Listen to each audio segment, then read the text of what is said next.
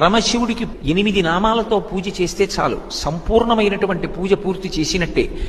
ఈ 8 నామాలతోటి తెల్లటి బియ్యాన్ని నీటితో తడిపి ఒక్కొక్క గింజ వేస్తే చాలు, శివార్చన పరిపూర్తి అయిపోయినట్టే. ఓం భవాయ దేవాయ నమః, శర్వాయ దేవాయ నమః, ఈశానాయ దేవాయ నమః, పశుపతే దేవాయ నమః, రుద్రాయ దేవాయ నమః, ఉగ్రాయ దేవాయ నమః, భీమాయ దేవాయ నమః, మహతే దేవాయ నమః. పరమశివుడికి 8 నామాలతో పూజ చేస్తే చాలు, సంపూర్ణమైనటువంటి పూజ పూర్తి చేసినట్టే.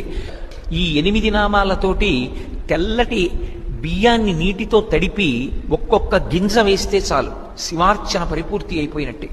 ఓం భవాయ దేవాయ నమః, శర్వాయ దేవాయ నమః, ఈశానాయ దేవాయ నమః, పశుపతే దేవాయ నమః, రుద్రాయ దేవాయ నమః, ఉగ్రాయ దేవాయ నమః, భీమాయ దేవాయ నమః, మహతే దేవాయ నమః. పరమశివుడికి 8 నామాలతో పూజ చేస్తే చాలు, సంపూర్ణమైనటువంటి పూజ పూర్తి చేసినట్టే.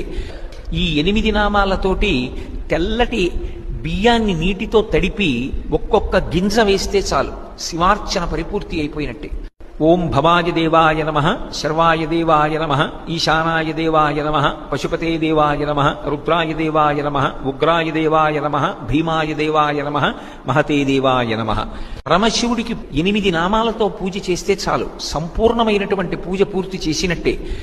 ఈ 8 నామాలతోటి తెల్లటి బియ్యాన్ని నీటితో తడిపి ఒక్కొక్క గింజ వేస్తే చాలు, శివార్చన పరిపూర్తి అయిపోయినట్టే. ఓం భవాయ దేవాయ నమః, శర్వాయ దేవాయ నమః, ఈశానాయ దేవాయ నమః, పశుపతే